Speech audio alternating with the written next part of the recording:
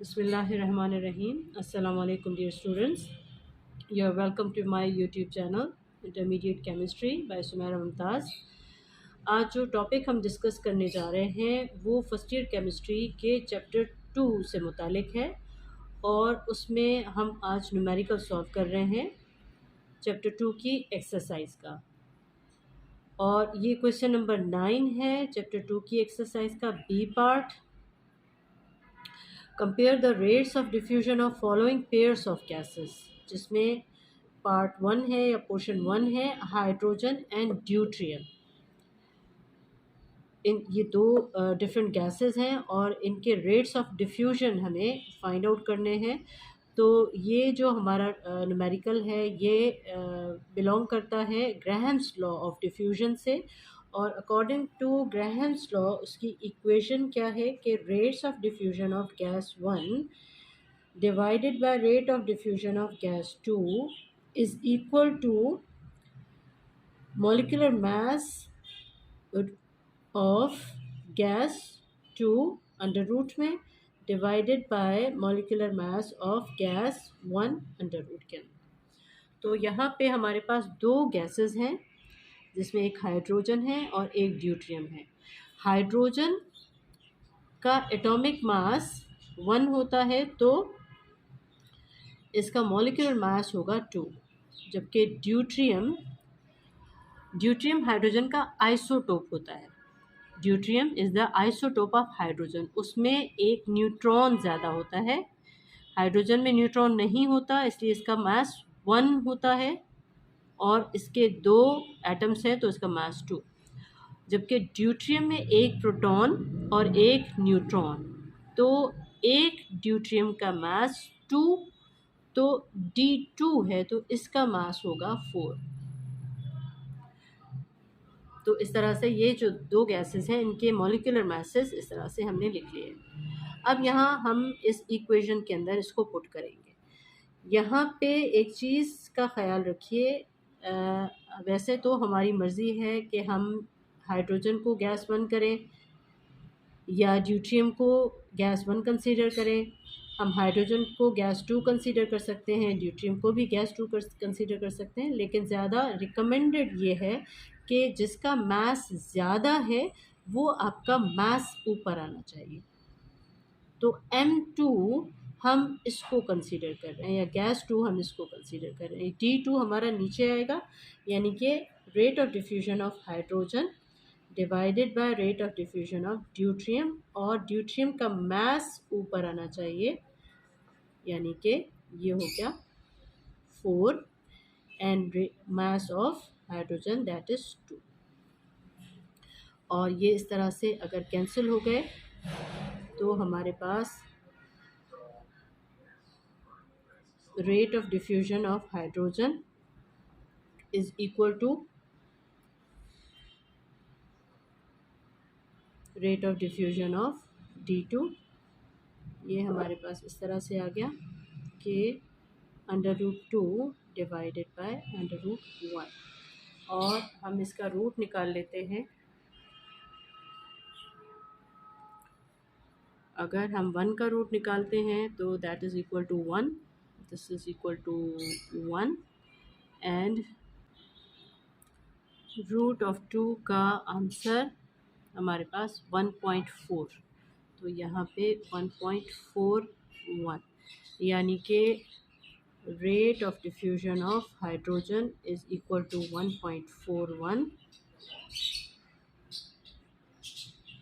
और rate of diffusion of deuterium is equal to 1। अब यहाँ पे हम स्टेटमेंट दे सकते हैं कि rate of diffusion of hydrogen gas is 1.41 times greater than rate of diffusion of D2। यहाँ पे rate of diffusion of D2 gas. तो इस तरह से ड्यूट्रियम जो है इसका डिफ्यूजन कम है और हाइड्रोजन का डिफ्यूजन ज़्यादा है। यहाँ पे एक चीज़ याद रखिए कि जो लाइटर गैस होगी उसका रेट ऑफ डिफ्यूजन ज़्यादा होगा, जो कि हमें इसके मास से ही पता चल रहा है। इसका मास, जिसका मास कम होगा उसका रेट ऑफ डिफ्यूजन ज़्यादा होगा, जिसका मास ज़्यादा है उसका रेट ऑफ डिफ्यूजन कम होगा। हाइड्रोजन लाइटर गैस है, इसका मास 2 है, इसलिए इसका रेट ऑफ डिफ्यूजन 1.41 आया, जो कि ज़्यादा है। और ड्यूट्रियम का मास ज़्यादा है तो इसका रेट ऑफ डिफ्यूजन कम है।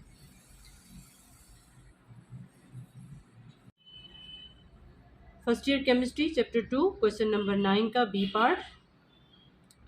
ये चैप्टर की एक्सरसाइज का क्वेश्चन है and we have to compare the rates of diffusion of different gases. We have to compare them, and the given gases are methane gas and helium.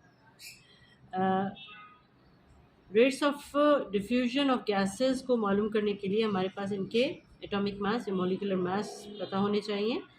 Molecular mass of methane, carbon का 12 होता है, hydrogen के 4 atoms हैं तो 4 हो जाएगा, hydrogen का 1 होता है, 4 हैं तो 4 हो जाएगा, and total is equal to 16। यानी molecular mass of methane is 16 and atomic mass of helium, helium atomic form में होती है तो इसका एटॉमिक मास जो है वो 4 है। तो सबसे पहले हम इक्वेशन लिख लेते हैं कि यहाँ पे इक्वेशन कौन सी अप्लाई होगी। ये Graham's law of equation, Graham's law of diffusion है। Gas rate of diffusion of R1 divided by rate of diffusion of gas 2 divided is equal to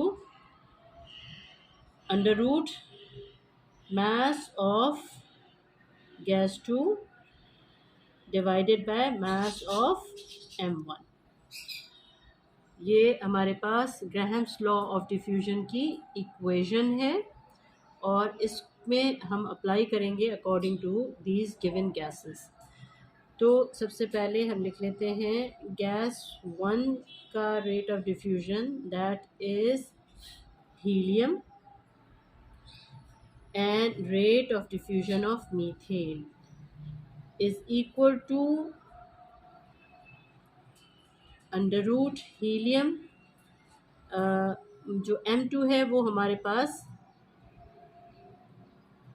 methane है तो हम इसका मॉलिक्यूलर मास लिख देंगे जो 16 है, और M1 ये हमारे पास हीलियम है तो इसका under root 4। Rates of diffusion of helium divided by rates of diffusion of methane is equal to, इसमें अगर कैंसिल हो सकते हैं तो हम इसको कैंसिल कर लेंगे, 4 1 आर 4, 4 4 आर 16। तो इसका हमारे पास आंसर आएगा under root 4 upon under root 1।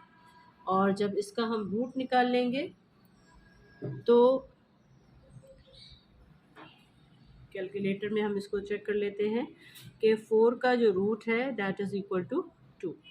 तो यहाँ पे ऊपर आ जाएगा हमारे पास 2, और अगर 1 रूट के अंदर है तो दिस इज इक्वल टू 1।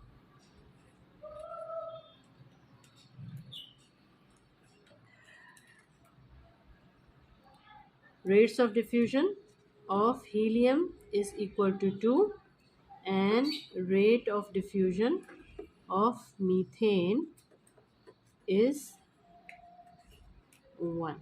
तो यहाँ पे हम स्टेटमेंट क्या देंगे कि rate of diffusion of helium is 2 times greater than rate of diffusion of methane।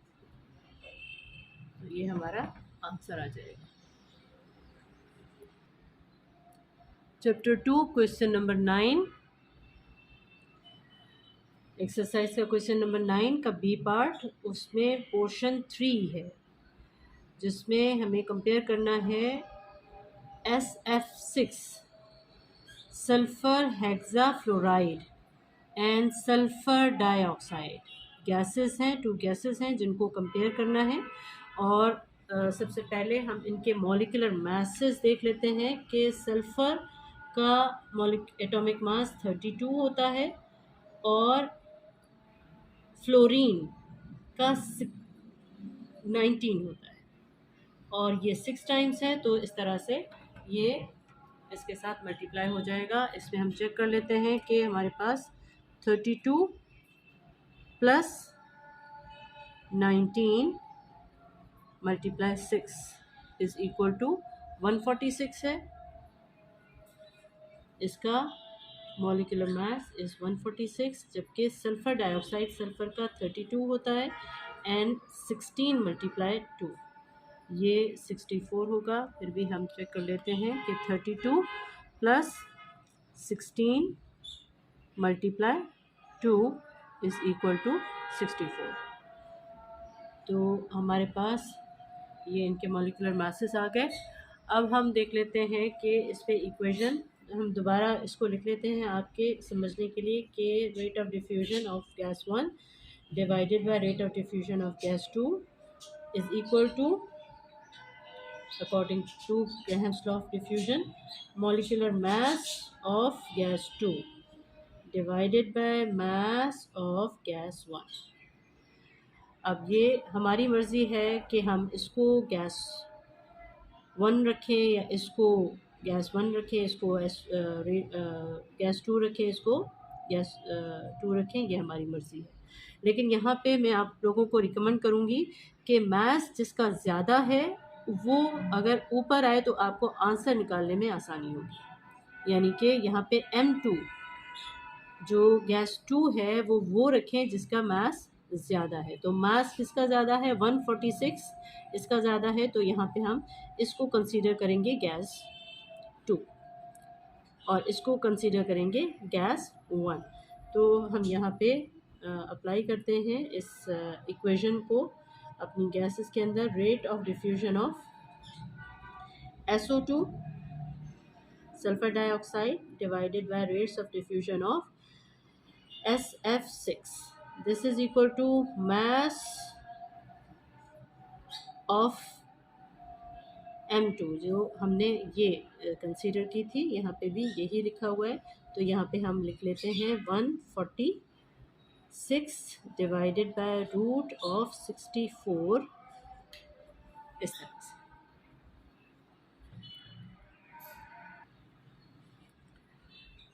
ये दोनों मासेस रूट के अंदर हैं तो हम इसको डिवाइड कर सकते हैं। 146 डिवाइडेड बाय 64 यानी कि 146 divided by 64 is equal to 2.28 root के अंदर आ जाएगा।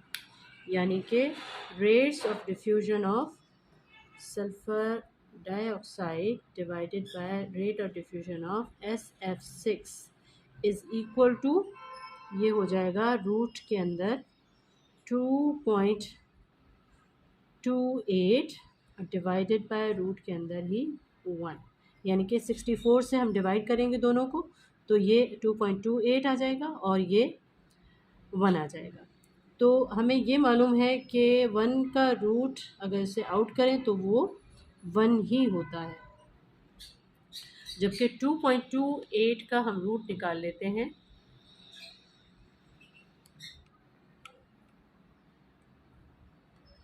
टू 2.28 का हमने रूट निकाल लिया तो ये हमारे पास आ गया 1.5, यानी कि यहाँ पे आ जाएगा 1.5। 1.51 इसको लिख सकते हैं, लेकिन हमारे पास हम इसको 1.5 लिखेंगे तो भी ठीक है। तो यहाँ पे rate of diffusion of sulphur dioxide का रेट ऑफ डिफ्यूजन 1.5 है। इसको हम rate of diffusion of sulphur dioxide is equal to 1.5 और rate of diffusion of SF6 sulphur hexafluoride is equal to 1। यहाँ पे हम स्टेटमेंट दे सकते हैं कि rate of diffusion of sulfur dioxide is 1.5 times greater than rate of diffusion of sulphur hexafluoride. तो इस तरह से हमारा ये आंसर आ जाएगा।